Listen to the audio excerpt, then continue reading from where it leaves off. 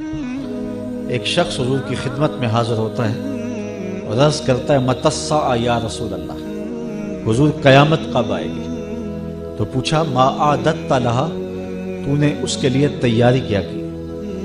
تو اس نے کہا کہ میں کثرت صوم کی، کثرت صلاۃ کی بات نہیں کرتا، اگرچہ یہ سب کچھ اس کے دامن میں تھا تو ناز اس پہ نہیں کیا، کہا میں اللہ اور اس کے رسول سے پیار کرتا ہوں۔ تو حضور علیہ السلام نے فرمایا آدمی جس سے پیار کرے کل قیامت کے دن اسی کے ساتھ اٹھایا جائے۔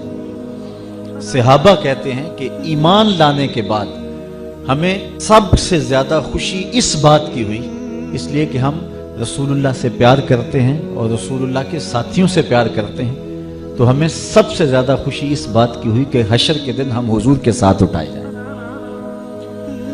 تو محبت کا ربط اور رشتہ اور تعلق ان سے قائم کرو جن کی محبت آدمی کو نکما نہیں کرتی بلکہ نکموں کو بھی کام کا بنا دیتی، جن کو کوئی پوچھتا نہیں تھا اور جن کو یہ بھی معاشرہ حق نہیں دیتا تھا کہ وہ ساتھ بیٹھ کے کھانا بھی کھا لیں، اور جن کو ساتھ بٹھانے اور ساتھ چلنے کے قابل نہیں سمجھا جاتا تھا، پھر حضور علیہ السلام کی محبت کا جوہر نصیب ہوا تو امیر المومنین حضرت بلال کا استقبال کرنے کے لیے کھڑے ہیں، اور جب بلال آئے تو کالے رنگ کا ہاتھ چوم کے آنکھوں سے لگاتے ہیں اور کہتے ہیں یا بلال انت سیدنا، بلال لوگ تجھے غلام کہیں ان کی مرضی، میرا تو آقا لگتا ہے نا۔ تو یہ وہ محبت ہے جو پست کو بالا کر دیتی اور پستیوں سے اٹھا کر کے بلندیوں تک پہنچا دیتی۔ تو ہم نے اپنے دل کا رشتہ اور ربط اس آقا سے جوڑنا ہے تاکہ ہم پستیوں سے نکل کر کے بلندیوں کی طرف فائز المرام ہو جائیں۔ ہماری ذلت، ہماری رسوائی اور ہماری پسماندگی کا سبب یہ ہے کہ ہمارا ربط حضور سے کمزور ہوا، تو ہم دنیا کے اوپر ذلیل و رسوا ہو کے رہ گئے۔ جب حضور سے ربط ہمارا مضبوط ہوگا تو بحر و بر پہ چھا جائے۔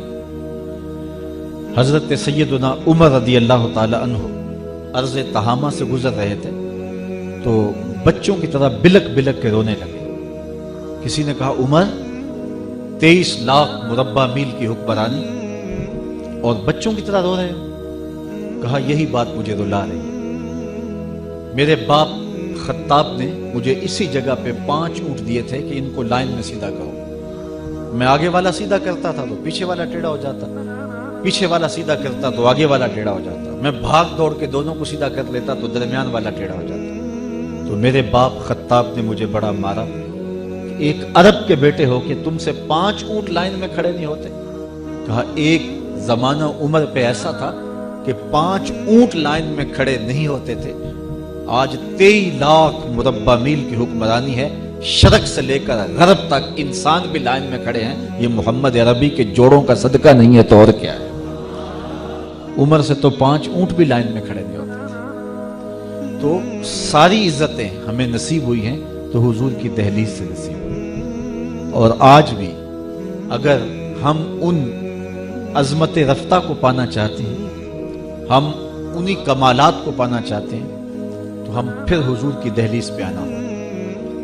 اقبال کے سارے کلام کا رس نچوڑیں تو جو خلاصہ اور جو رس نکلتا ہے وہ یہ ہے کہ محمد سے وفا تو نے تو ہم تیرے ہیں، یہ جہاں چیز ہے کیا لوح و قلم تیرے ہیں۔ اقبال کہتا ہے حضور سے وفا کرو تو پھر لوح بھی تمہارے ہاتھ میں پکڑا دیں گے، قلم بھی تمہیں دے دیں گے، تم جو چاہو گے لکھ لو گے، پھر تمہاری تقدیر کے فیصلے واشنگٹن میں نہیں ہوں گے بلکہ خدا بندے سے خود پوچھے گا بتا تیری رضا کیا ہے۔ شرط یہ ہے کہ وفا کا رشتہ حضور کی ذات سے مستحکم ہو جائے، اور ہم نے اس رشتے کو مضبوط کرنا ہے۔ ہمارے ہاتھوں سے اس دامن کو چھڑانے کے لیے دیدہ اور نادیدہ کوششیں کی گئیں تاکہ ہمارا ربط حضور سے کمزور ہو جائے۔ شاعر مشرق، نقاد مغرب، ترجمان حقیقت اور حکیم الامت علامہ اقبال علیہ رحمہ، جس نے اس امت کا مرض بھی دریافت کیا اور اس کا علاج بھی بتایا، وہ فرماتے عہد ما مارا زماد بیگانہ کر، از جمال مصطفیٰ بیگانہ کر۔ ہمارے عہد نے، ہمارے عصر رواں نے ہمارے ساتھ جو زیادتی کی وہ یہ ہے کہ ہمیں ہم سے دور کر دیا، اس لیے کہ ہمیں ذات رسالت مآب صلی اللہ علیہ وسلم سے دور کر دیا، ہمیں حضور علیہ السلام کی ذات کے حوالے میں نزاع میں مبتلا کر دیا۔ اور یہ کتنی بدبختی ہے کہ امتی بیٹھ کے نبی کا علم تول رہے ہیں، یہ کہتا ہے سیر ہے، دوسرا کہتا ہے سوا سیر ہے، تیسرا کہہ رہا ہے ایک چھٹانک اور ڈال لو۔ کس کو تول رہے ہو؟ شرم نہیں آتی؟ سونار کے چھوٹے سے ترازو پہ رتی اور ماشے کا حساب تو ہو سکتا ہے، منوں اور ٹنوں کا حساب تو نہیں ہو سکتا۔ عقل کے ترازو پہ مجھے شوق آئے تو میں آپ کو تول لوں، آپ کو شوق آ جائے چلو مجھے تول لو، لیکن جو نبیوں کا بھی امام ہو بھلا اسے تولا جا سکتا ہے؟ میں تو اپنے سیدھے لہجے میں کہا کرتا ہوں، ڈٹھے ورق قرآن دے پھول سارے، تیری شان جیا نہیں کوئی ہور ڈٹھا، تیری شان دا کرے مقابلہ جیڑا انہوں عاشقاں اصلی چور ڈٹھا، کوئی نور آکھے کوئی بشر آکھے، پیندہ رات دنے ایہو شور ڈٹھا، اللہ والیاں گل مکا دیتی تساں ہور ڈٹھا اساں ہور ڈٹھا۔ تم نے حلیمہ کی بکریوں کے پیچھے پیچھے دیکھا ہے، سدرہ پر جبریل کے آگے آگے نہیں دیکھا۔ اور اقبال کہتا ہے تو نے یوسف کو کنویں میں دیکھا تو کیا دیکھا، ارے ناداں جو مطلق تھا مقید کر دیا تم نے، تو ابھی تک کنان کے کنویں میں ڈھونڈ رہا ہے، وہ مصر کے تخت کا مالک بھی بنا ہوا ہے۔ تو اللہ وسعت نظر دے دے اور اللہ ادب نصیب فرما دے۔ میرے والد گرامی اللہ ان کی قبر پہ کروڑوں رحمتوں کا نزول کرے، فرمایا کرتے تھے یار نبی تو بہت بلند اور عظیم المرتبت ہستی ہے، اور لوگ نزاع کھڑا کر کے بیٹھ گئے اور ان کو تولنے لگے، کبھی علم کو تولتے ہیں، کبھی نظر کو تولتے ہیں، کبھی کمالات اور اختیارات کا وزن کرتے ہیں۔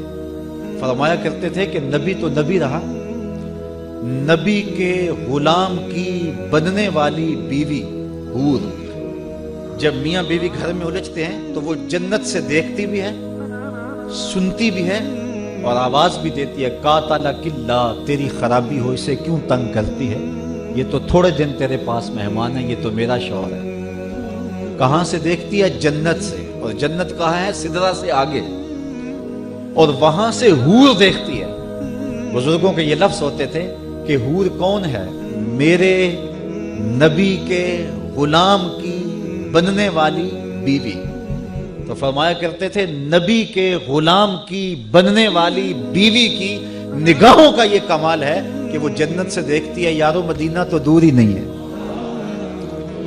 تو بدبختی ہوتی ہے کسی شخص کی کہ وہ اپنے عقل کے ترازو پہ نبیوں کو تولنے لگ جائے۔ ہمارے ساتھ اقبال کہتا ہے جو ظلم کیا ہے وہ یہ کیا ہے کہ ہمیں ہم سے بیگانہ کر دیا۔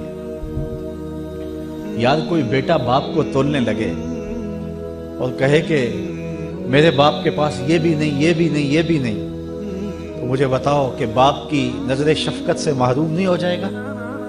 اور امتی تولنے لگے نبی کو تو اس کے پلے کچھ رہے گا؟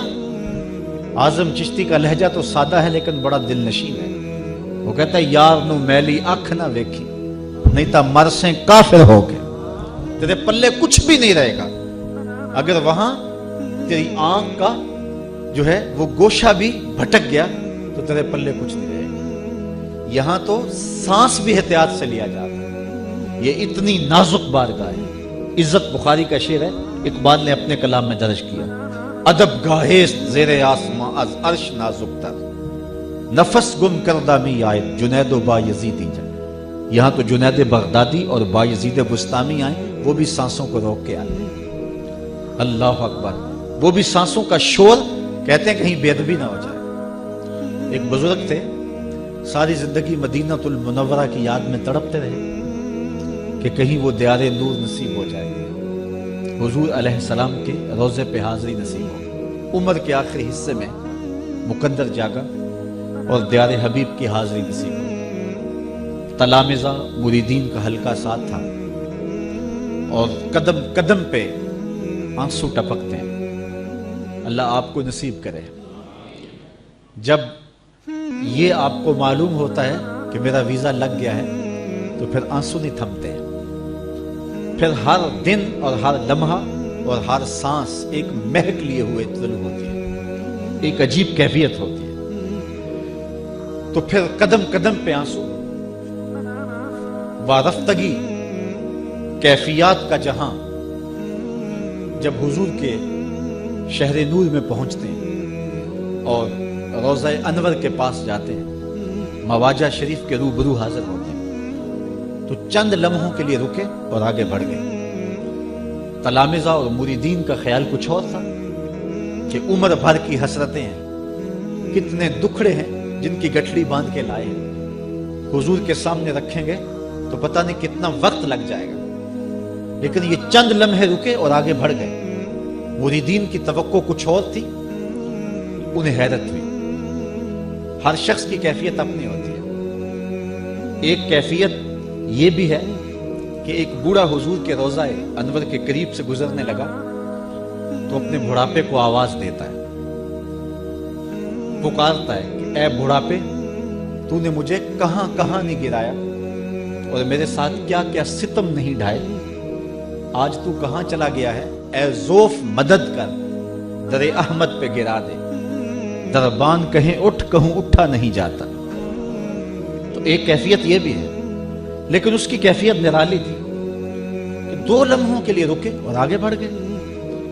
خیر، تلامذہ نے، مریدین نے پوچھا، حضرت بات سمجھ میں نہیں آئی، ہمارا خیال تھا کہ بچپن سے سلگتے ہوئے، روتے ہوئے اور مدینے کے انتظار میں تڑپتے ہوئے زندگی گزری، تو آج موقع آیا ہے تو دل کی حسرتیں نکالیں گے، پتہ نہیں کتنی گٹھلیاں باندھ کے لائے ہیں دکھوں کی جو حضور کے سامنے کھولیں گے۔ لیکن ظہوری کہتا ہے دکھ درد کے ماروں کو غم یاد نہیں رہتے، جب سامنے آنکھوں کے غم خار نظر آئے۔ اور ایک شاعر بولا، یہ الگ بات ہے کہ تم آئے ہو تو کوئی نہیں، ورنہ درد تو یہاں ہزار رہتے۔ تو کہا حضرت سمجھ نہیں آئی، تو فرمانے لگے تم نے اب پوچھ لیا تو سنو، میں نے سانس روکنے کی مشق کی ہوئی تھی، جتنی دیر تک سانس رکا رہا حضور کے روبرو کھڑا رہا، جب سانس چلنے لگا تو میں آگے بڑھ گیا، کہیں سانسوں کا شور بے ادبی نہ بن جائے۔ محبت والوں کے تو یہ انداز ہوا کرتے ہیں، پیار والوں کے تو یہ طریقے ہوتے ہیں۔